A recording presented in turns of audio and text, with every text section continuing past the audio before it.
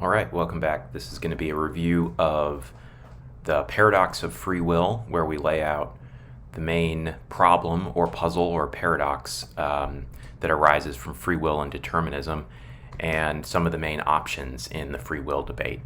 I'm going to kind of jump right in. In class, we did a compare and contrast between 5 kind of silly examples, one of which it seemed like we had a character in the story who was free, and then to varying degrees, we had in the other 4 cases a character who seemed unfree.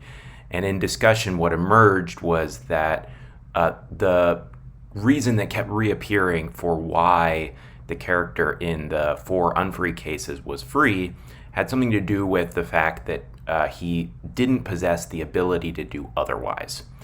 And what emerged from that was the suggestion that I think is tracks with what a lot of philosophers have thought, is that a necessary condition for someone to make a free decision or to act in a way that's free is for them to have what's called the ability to do otherwise. And so the way we're going to formulate this is as a principle, where X is a person and A is either an action or a decision, and T is a time. What this principle says is X does A freely at a time T only if, and remember as we've discussed, only if signals a necessary condition or a requirement, X could have done otherwise than A at T.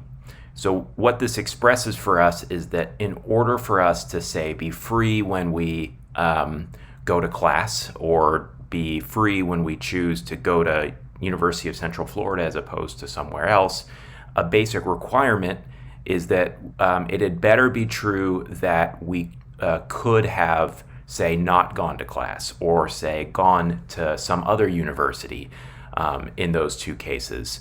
That's the baseline necessary condition to count as genuinely free.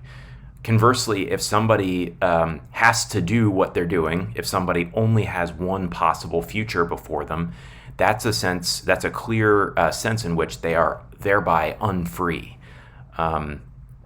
So in our first case, we had a character who, it seemed, could either leave the room or stay, and he met, therefore, the requirement laid out by the AO condition.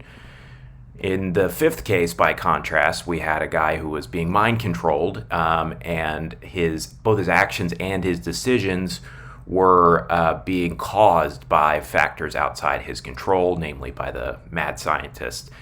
And it seemed as though he was unfree, at least by dint of the fact that he had no power to do anything other than stay in the room. Even though his decision was caused, even though he made the decision to stay in the room, and even though his action of staying in the room was caused by his decision and his action both had to go the way they went, given the causal process that gave rise to them.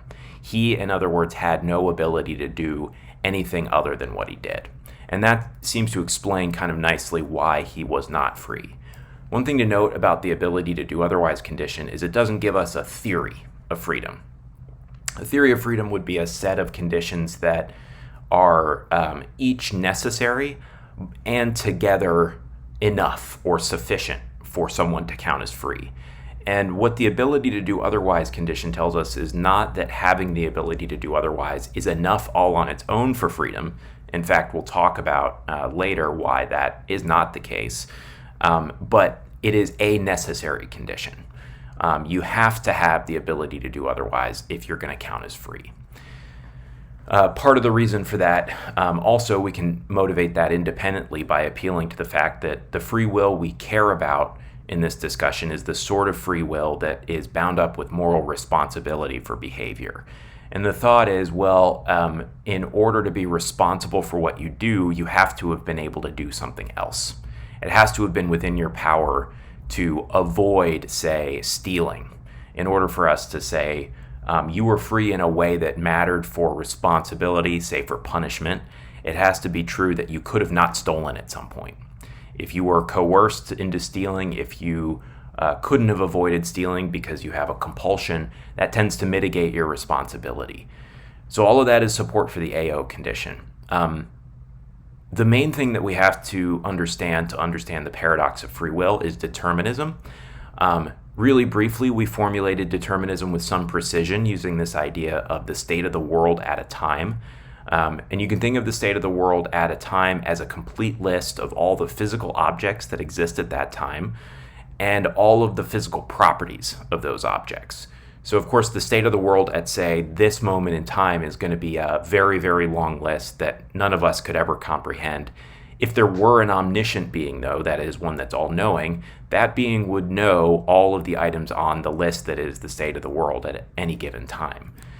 Determinism is the thesis that the state of the world at any time, plus the laws of nature, which are roughly generalizations about what causes what, how causation occurs, and also how past states of the world in some way give rise to future states of the world.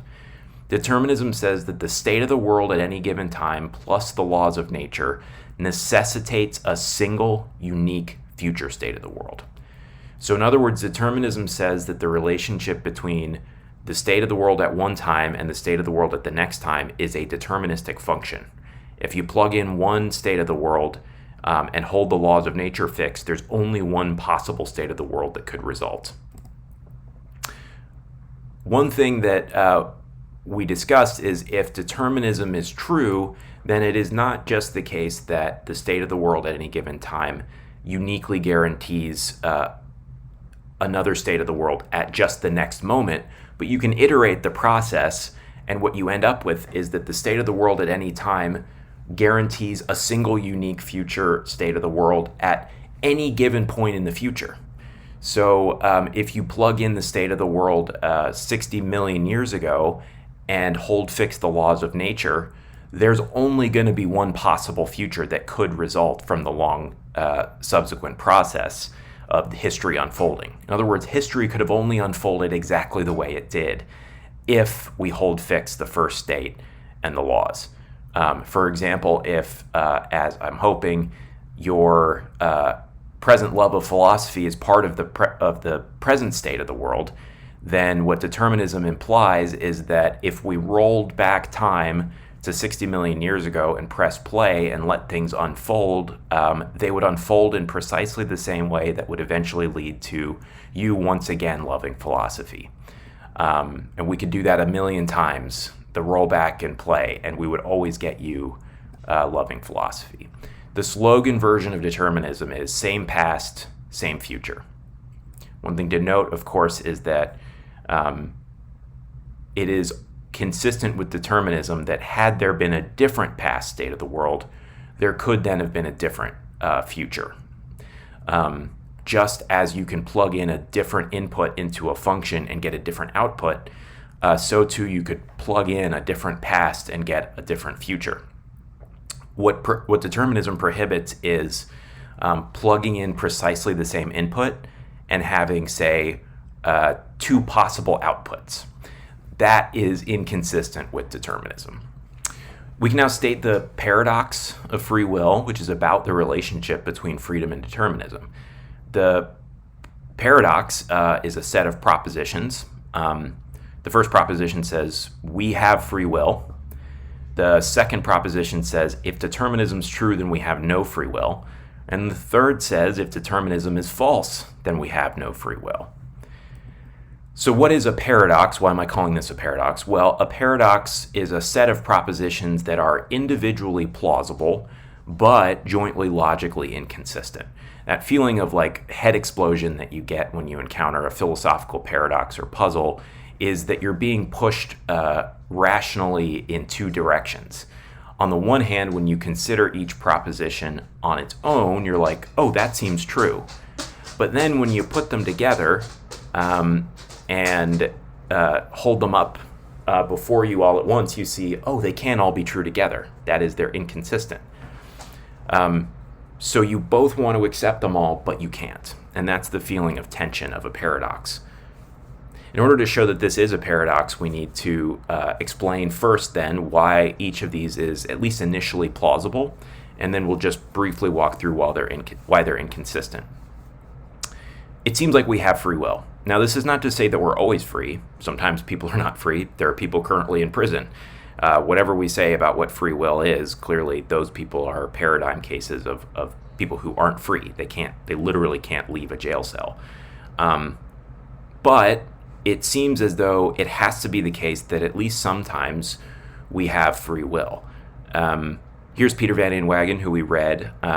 He says, the best way to get an intuitive grip on the concepts of free will and determinism and the relations between them is to think of time as a garden of forking paths. That is, to think of the alternatives one considers when one is deciding what to do as being parts of various alternative futures, and to think of these alternative futures diagrammatically in the way suggested by a path or river or road that literally forks. So part of the reason that it seems as though we need to accept the claim that we're free is just that we experience ourselves as making choices that are free. And by that, what we mean is sometimes at really important moments in life, it seems as though we're considering two possible futures. Say one in which you go to UCF and the other in which you go somewhere else or take a year off to work or whatever. In that moment, it might have felt to you as though you have two futures before you, and nothing but your decision, nothing but you, determines which of those futures is going to become the reality for you. That is a very integral part of our experience of ourselves as agents in the world. A basic assumption that we don't think much about, but when we reflect on it, we experience ourselves this way. Now, the fact that we experience ourselves this way is not a infallible guide to reality. We might just be wrong. It might just be an illusion. Nevertheless, it's something. Appearances, especially ones that are consistent like this and occur for all people at all times, they sometimes feel free like this. Those experiences are evidence of a certain kind, just as visual experiences of looking at what looks like a tree to me outside my window is evidence that there's a tree. So although it's not perfect, it's something. There's also a practical argument for accepting the claim that we have free will. And that practical argument is roughly something like, if we didn't assume that we had free will sometimes, then we could not rationally think that we were ever responsible for what we do. That is, if I reject free will, I have to conclude, I guess I'm never responsible for either good or bad things I do, and I also can't hold you accountable for any good or bad thing you do.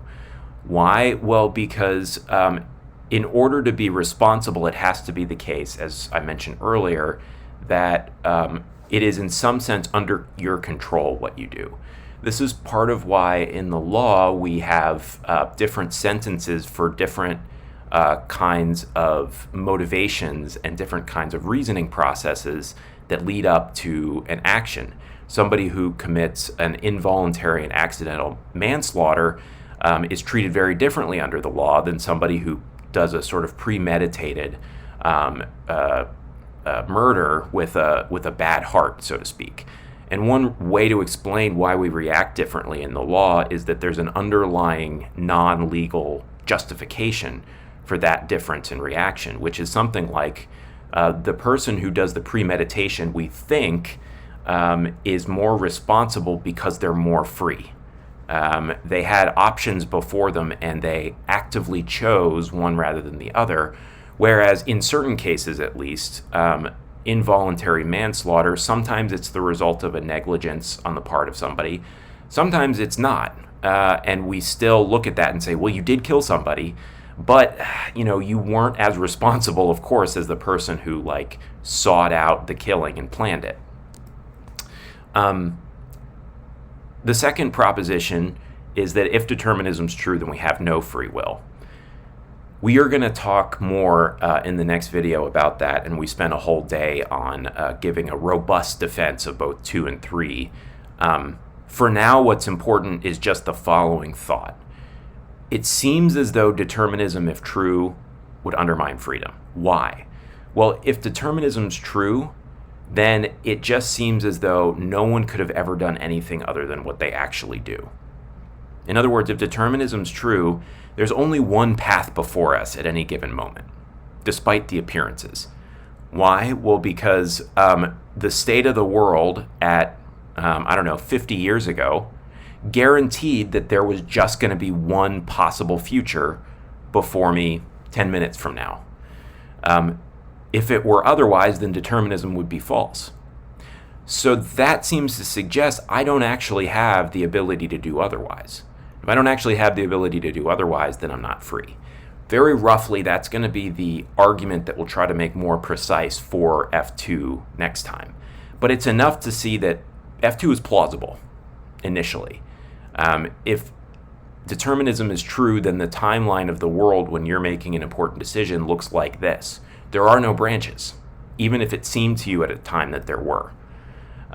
In that way, if determinism is true, you are more like the guy with the mind control device on than you might have thought, in the following sense at least. Just like him, you have no ability to do otherwise. Now, in his case, he has been robbed of his ability, so to speak, to do otherwise by a mad scientist, whereas you're not being controlled by a mad scientist. Nevertheless, the similarity remains whether you're being determined or caused by a mad scientist or instead, say, the state of the world 50 years ago in the laws of nature is kind of immaterial, because what matters is whether it robs you of the ability to do otherwise, whether it's a mad scientist or an abstract physical state of the universe. Neither of those things were in your control. And so it seems that you can't be free. Now, why think that if determinism is false, then we have no free will? Again, we're going to spend more time on an argument for this claim in the next video. But very briefly, the thought is, well, if determinism is false, then although we do sometimes have branching futures before us, that is, that experience of the Garden of Forking Paths is an accurate representation of the relationship between the past and the future sometimes, nevertheless, it seems as though whether one of those branches obtains is just a matter of random chance. And we're going to have to spell this out in a little more detail next time. But nothing in the past, including nothing about you, nothing about the laws of nature, determines whether you make the decision to go to UCF or whether you don't. And that, it seems, is a lot like saying it is an uncaused event that you choose to go to UCF rather than not. But if it's uncaused, then how can it be in your control? Because part of what control means is that you cause it in some way, or something about your person or yourself is able to manipulate it. But by hypothesis, nothing about your person or yourself is causing or manipulating which future comes about, because nothing in the past, nothing up until this very moment determines it if determinism is false. And that suggests that it's a matter of random chance, which doesn't seem to be the sort of thing that's in our control. That's probably the hardest one to get an intuitive grip on, so we will spend time on it as a more fulsome argument next time. This is the kind of structure that it seems that we're left with if determinism is false, a 50% chance of one future rather than another obtaining. This is the paradox of free will. The reason that it's a paradox is that each of them, as we just saw, seems at least initially plausible, but they can't all be true. And it's relatively easy to see this. I'm not going to walk through it in detail here. We did that in class. But clearly, if 2 and 3 are true, then 1 is false. 2 says if determinism's true, then we have no free will. And 3 says if determinism's false, we have no free will.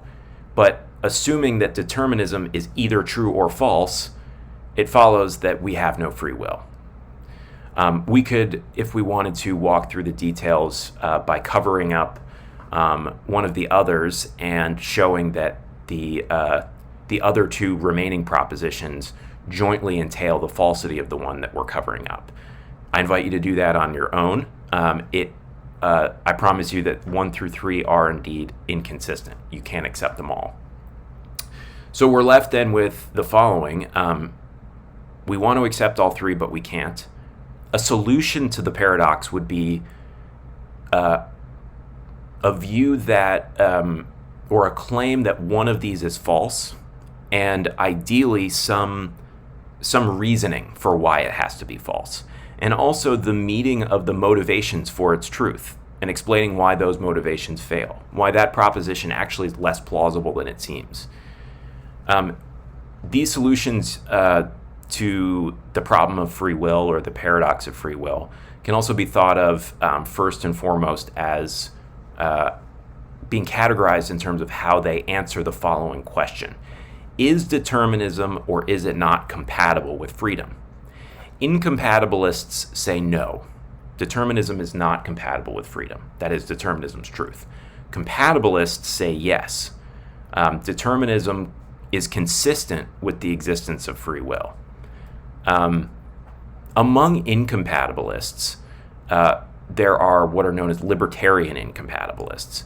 Libertarian incompatibilists say we have free will, and furthermore, determinism's truth is inconsistent with free will, and so they reject determinism. They also are going to have to reject that third step and say determinism's falsity had better not be inconsistent with free will.